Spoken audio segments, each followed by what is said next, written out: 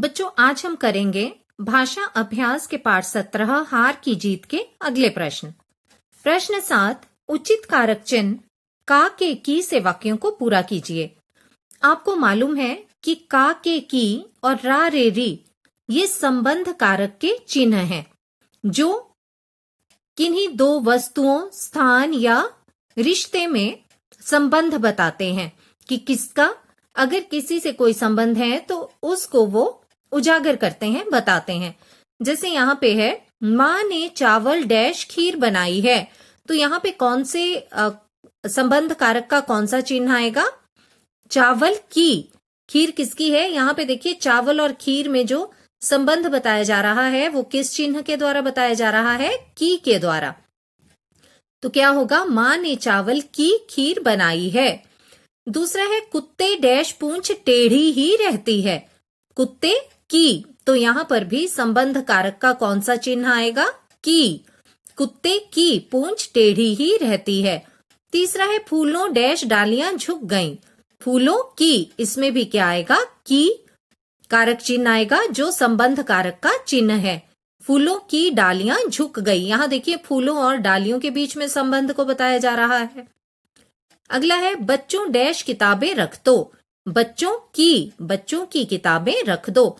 यहां पर भी की संबंध कारक चिन्ह जो है उसके द्वारा किसका संबंध बताया जा रहा है? बच्चों और किताबों के बीच में। अगला है, मटर डैश दाने निकालो। तो यहाँ पे संबंध कारक का कौन सा चिन्ह आ रहा है? के। मटर के दाने निकालो। अगला है, मदन डैश भाई आया है। मदन का भाई आया है, तो कौन सा चिन्ह आएगा यहाँ पे? का। मदन का। तो बच्चों, का के की ये किसके चिन्ह है? संबंध कारक के। यहाँ पर देख लीजिए आपकी किताब में है लग गया है नहीं होगा, क्या होगा यहाँ पे? है। तो ये है की बिंदी आप सभी काट लेंगे क्योंकि मदन का भाई आया है एक ही है ना, तो यहाँ पे बहुवचन का प्रयोग कर दिया गया है जो नहीं होगा। अगला प्रश्न है, नीचे दिए गए शब्दों के विलोम शब्द लिखिए। पहला है संतोष। संतोष का विलोम शब्द होता है असंतोष। दूसरा है प्रशंसा। प्रशंसा का विलोम शब्द है निंदा।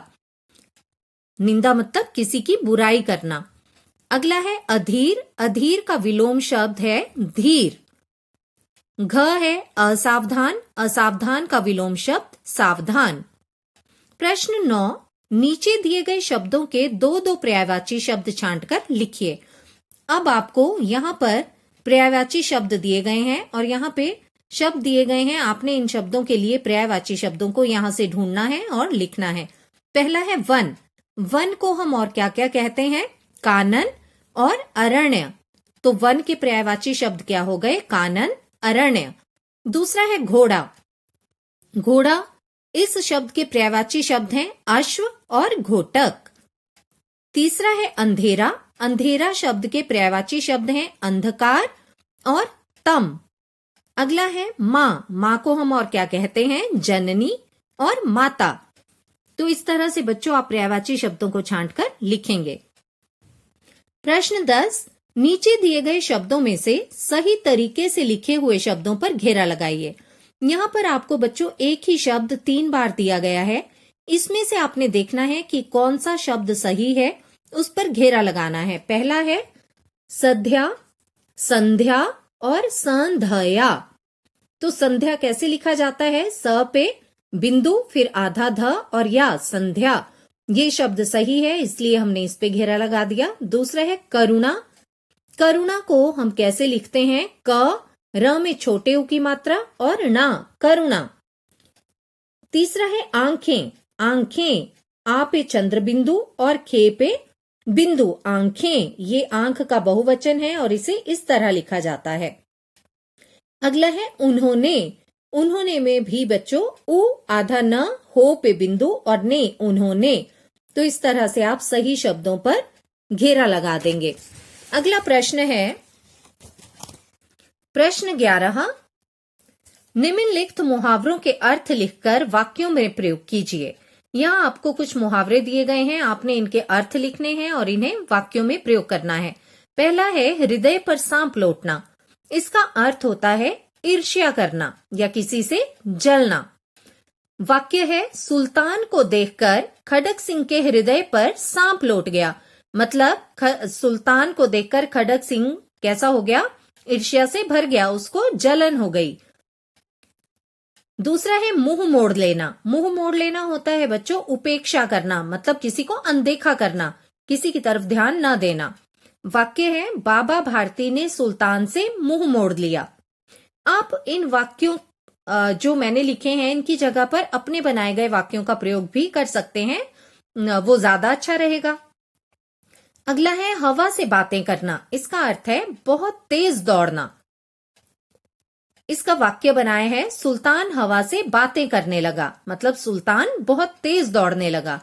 तो बच्चों मुहावरों के अर्थ लिखकर उनके वाक्य जो बनाए गए हैं, अर्थ तो यही है, लेकिन वाक्य आप अपनी मर्जी से बनाकर भी लिख सकते हैं।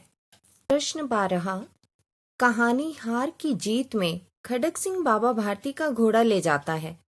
मान लीजिए आपका कलर बॉक्स कोई ले जाता है। अपने कलर बॉक्स के खो जाने की सूचना आप कैसे देंगे? एक सूचना बनाइए। तो बच्चों आपको यहाँ पर एक सूचना बनानी है। सूचना बनाने के लिए सबसे पहले तो आपको ये जानना होगा कि सूचना होती क्या है। बच्चों जो सूचना है वह एक संक्षिप्त जानकारी होती है जिसे हम संक्षिप्त शब्दों में, बहुत कम शब्दों में देते हैं। सूचना अर्थात जानकारी। यह किसी भी विषय से संबंधित हो सकती है, जैसे आपकी पाठशाला में कोई कार्यक्रम है, या आपकी कोई वस्तु खो गई है, या किसी की खोई हुई वस्तु आपको मिली है। तो सूचनाएं कई प्रकार की होती हैं। आइए देखते हैं कलर बॉक्स के खो जाने पर आप सूचना कैसे लिखोगे। सबसे पहले अपनी पाठशाला का नाम डीएवी सेंटेनरी पब्लिक स्कूल मंडी, इसके बाद सूचना, फिर आती है दिनांक 5 जनवरी 2021। फिर आपको विषय लिखना है कि आप सूचना किस बारे में लिख रहे हैं। जैसे आपको यहाँ पर सूचना लिखनी है अपने कलर बॉक्स के खो जाने की, तो आप क्या लिखोगे? कलर बॉक्स खोने हेतु सूचना। सभी को सूचित किया जाता है कि 3/1/2021 को विद्यालय में मेरा कलर बॉक्स खो गया है। मेरा कलर बॉक्स नीले रंग का है और इस पर इंद्रधनुष का चित्र बना है। इसमें 12 रंग और एक पेंसिल है। जिसे भी यह मिले वह कृपा करके मुझे सूचित कर दें। बच्चों आपको अपने कलर बॉक्स के बारे में बताना है कि उसका रंग कैसा है, उस पर क्या बना है, या उसकी कोई भी निशानी जैसा वो है जो उसमें रखा गया है। जैसे कलर बॉक्स नीले रंग का है और इस पर इंद्रधनुष का चित्र बना है, इसमें 12 रंग और एक पेंसिल है। मतलब इसके बारे में आपको सब कुछ स्पष्ट बताना है कि यह कौन से रंग का है, इसमें क्या क्या रखा है। जिसे भी वह मिले कृपा करके मुझे सूचित कर दें। इसके बाद अपना नाम और कक्षा लिखनी है। तो बच्चों इस तरह आपको सूचना बनानी है। और यह सूचना जो आप बनाओगे, अभी तो यहाँ पर लाइंस दी गई हैं, उस पर लिखी गई है, लेकिन आपको ये अगर लिखने के लिए आती है तो आप एक बॉक्स में इसे लिखेंगे। बाहर एक बॉक्स बनाएंगे, उसके बाद अंदर सूचना लिखेंगे।